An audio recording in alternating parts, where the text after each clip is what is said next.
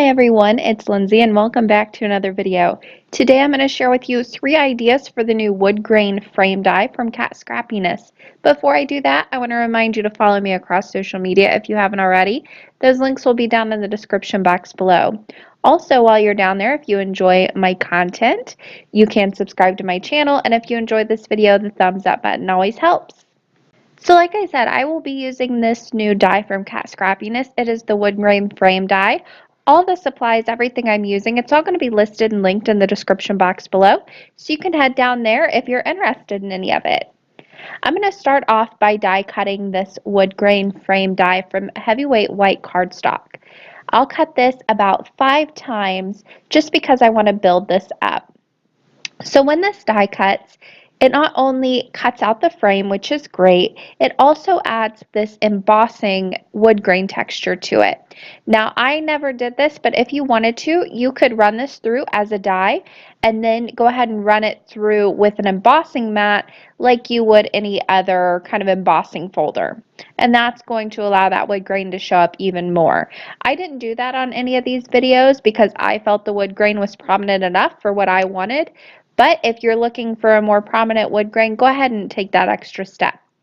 So I die cut 5 of these from my heavyweight white cardstock, and now I'm going to layer them all one on top of the other to create a chipboard frame. This is one of my absolutely most favorite die cut techniques, just layering up die cuts and making them thicker and more prominent on your card. I'm using the Nuvo Deluxe adhesive for this. Use any kind of adhesive you have.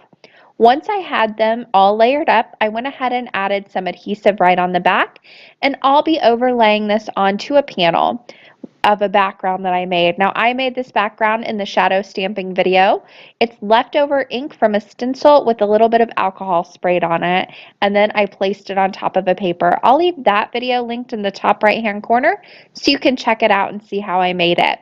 It looks a little dark in that video, but once it dries, you've got this great pastel background, and I thought it was perfect to go with this frame. I attached that to the back, and now I'm just going to stamp my sentiment right in the bottom right-hand corner. I'm using the Joy Claire Stamps Hello Sentiments, and I'm using the Hello Sentiment from that. This is one of my favorite and most loved stamp sets. You can tell by how stained it is. I use it often. I'm using the Versifying Clair Morning Mist ink, which is a nice dark gray ink. I'm also adding a few Scrappiness clear jewels to this. This is just a little extra step that I like to take to really help pop out that sentiment away from the background. I'm using Imagine On Point glue to put those down just because it has such a fine tip, and it's a nice clear glue that dries clear, of course. Here are a few final pictures of that card. There you get a little bit more of an idea of how thick I really built up that frame. Again, just something very easy to do to really make the most of a simple card. Also, those little jewels add a lot to the finished card. They add that little bit of extra shine and help that background and sentiment pop. All right, so one final look and then we're on to the next card. For this card, I'm going to die cut the same wood grain frame die from Craft Cardstock. For this card, I'm going to go ahead and make a die cut scene. Whenever I make a die cut scene, I like to go ahead and get all of my die cutting over with at one time and then move on to finishing the card. So once I had my frame die cut from Craft, I went ahead and I'm taking the Crafters Essentials Easter Edition die set from Scrappiness, and I will be die cutting a lot of these pieces. I die cut the little chick from some orange cardstock. We'll die cut him from another type of cardstock or another type of product in just a minute. I also die cut the little butterflies from some purple cardstock. I'm going to go back to that little chick and die cut him from some of these deco foil the flock transfer sheets. I have these in yellow, and I'm going to die cut him from that yellow piece as well. Now this die cuts beautifully. You just need to run it through. I run it through once through and then back again, and you'll see even with those little fine details on the feet, it cuts just perfectly, no problems. Now I'm also going to go ahead and take this scrap piece of green cardstock that I have and die cut that with the frame die just along the bottom there. I just want the inside of this to line up so I can die cut some grass from it that will be inlaid inside. So I ran that through my die cutting machine. I'm not going to use any of the outside pieces, so I just needed that bottom portion of the inside. I like to use scrap pieces whenever I'm doing little bits like this, so I don't have a ton left over. I can just throw this away pretty much or use up the rest of it as a scrap later on. Then I'm using the grass piece that's included in the die set and die cutting that from the bottom portion of that little die cut piece, and that is going to inlay perfectly now into the frame die. Just a little trick there. I also went ahead and cut a piece of white cardstock that measures slightly larger than that opening in the background, which is going to allow me to have a place to put everything. You need somewhere to put all this, and I didn't want to put it on the card base. I wanted to assemble the frame kind of like a shadow box. On that piece of white cardstock, I'm going to do a little bit of ink blending. I'm using Mermaid Lagoon Distress ink to create a nice blue sky background, and I'm using my makeup blending brushes. Now it's time to start putting everything together. I like to lay everything out, get a good idea where everything's going before I start assembling. For my little chick, I'm going to go ahead and take the flock transfer die cut that I did, cut off the legs, and cut off the beak. So on a little chick, when you look at him, his little beak and his little feet are orange, but the rest of him is yellow. So I'm going to keep the body yellow and keep the background all that orange. So I cut off the beak and the little feet, and then I'll glue that body right on top of the orange die cut. So all that's going to show out from the background, the orange piece, is the beak and the feet. He looks a little weird right now, but once we add an eye, I promise he'll be as cute as can be. Now to add the eye, I am actually using some little eyes I made myself from not glossy accents, the enamel accents. You could use Nuvo drops as well, but these are just white and black Nuvo drops. I have a video on this. I will leave that linked in the top right hand corner. Super duper easy to do. I just keep them in a little jar and then attach them to my projects as I need to. Now once that was done, it's time to start putting this together. I went ahead and attached that frame to the blue sky background that I made. I did that with foam tape. Then I'm going to go ahead and attach the grass with some more foam tape right on the bottom, and this is where it's nice where I did that die cut inlay technique, because now I can just pop that in. There's no cutting down. It fits perfectly. Everything lines up as it should. I'm going to go ahead and pop that down right there in the bottom, and then it's time to start putting the little extra accents on. So I've got my little chick. I'll be popping him up with some more foam tape right on the back, and I'll pop him up off to the left just a little bit, make him look like he's standing on the grassy hill. Finally, I'm going to add these little bitty butterflies that I die cut from purple cardstock. I did die cut them from black as well, and I was going to add little black bodies, but I thought it looked nice just leaving them all purple, but you could take that extra step if you wanted to. I added a little hello sentiment from the same stamp set I used before with VersaFine Clear Nocturne ink, and that finishes off the little shadow box portion. All that was left to do was to attach this to an A2 side folding card base that I used horizontally.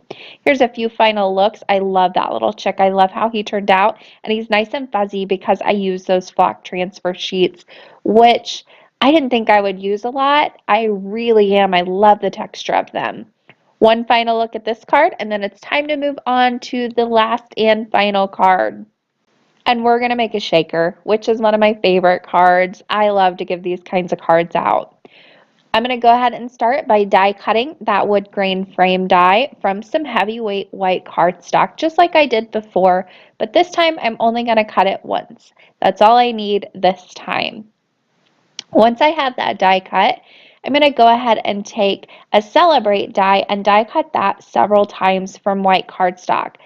I die cut it about 5 times. This is going to be my sentiment. Again, one of my favorite techniques, building up those die cuts, making them more like a chipboard piece, and that way they stand out.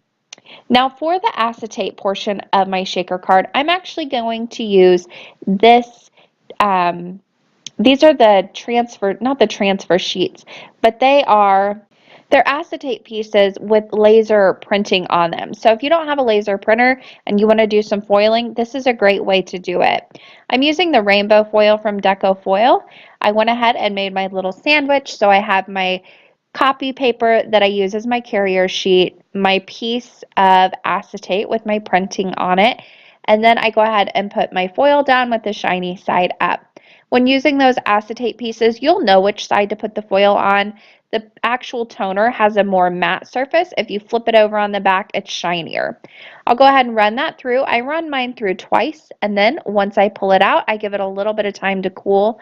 Then I can remove that foil, and I've got this gorgeous paint striped rainbow background all ready for my little shaker card.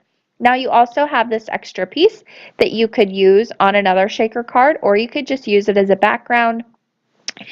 A lot of different things you could do with this. I need to make a video on how to use those extra pieces of foil. I think that would be so much fun to go through all the ways you can use those.